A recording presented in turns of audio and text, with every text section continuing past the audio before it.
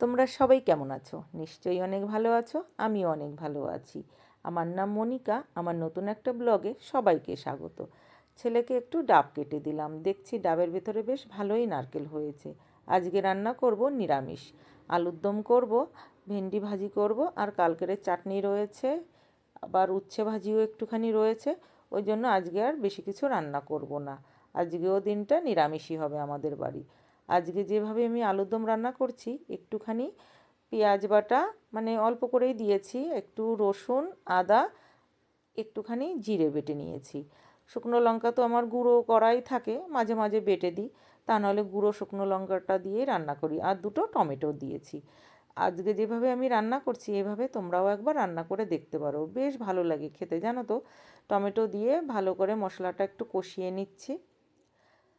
হলুদ, লঙ্কার গুঁড়ো দিয়ে আরও কিছু সময় ভালো করে আমি কষিয়ে নেব। আর আজকে এখন না, মানে টমেটোটা একটু শক্ত শক্ত মতন, গলতেই চায় না।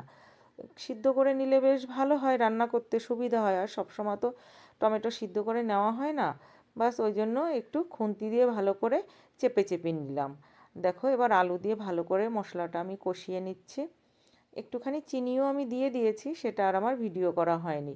চিনিটা আজকে আমি একটু আগেই দিয়েছি, যখন মশলাটা ভেজে নিয়েছি সেই সময়ে অল্প করে একটু চিনি দিয়েছি। একটু মিষ্টি মিষ্টি হলে না খেতে বেশ ভালোই লাগে। দেখো, আমি জল দিয়ে দিয়েছি আলুর দমে। বেশি জল দেবো না, অল্প করেই দেবো। আর এদিকে আমি ভেন্ডিটা কেটে নিচ্ছি। ভেন্ডি ভাজি করব। ভেন্ডি ভাজিতে আবার একটু আমি পেঁয়াজও দেবো। পেঁয়াজ দিলে ভেন্ডি ভাজিটা খেতে বেশ ভালো লাগে। দেখো, আলুর দমটা আমার হয়ে এসেছে। এবার আমি আলুর দমটা একটুখানি গরম মশলা দেব আর ঘি দিয়ে নামিয়ে নেব। ঘি দিলে নিরামিষ তরকারিতে একটু খেতে তো বেশ ভালোই লাগে। আর ঘি অত খাওয়াও ভালো না, আবার একটু না দিলেও ভালো লাগে না। দেখো, আলুর দমটা আমার হয়ে গেছে। এবার নামিয়ে নেব।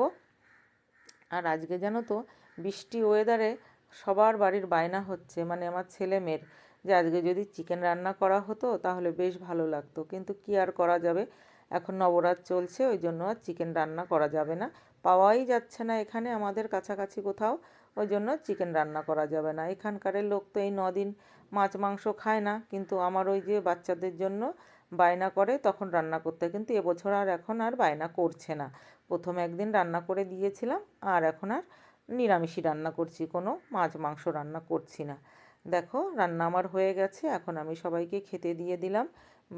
গরম ভাত আর গরম ভেন্ডি ভাজি, গরম তরকারি। আর ওয়েদারটা পুরো ঠান্ডা। খেতে জানো তো এত ভালো লেগেছে, মানে আলুর দম তো খেতে চায় না, বলছে মাংস হলে ভালো হতো, কিন্তু খুব ভালো হয়েছে।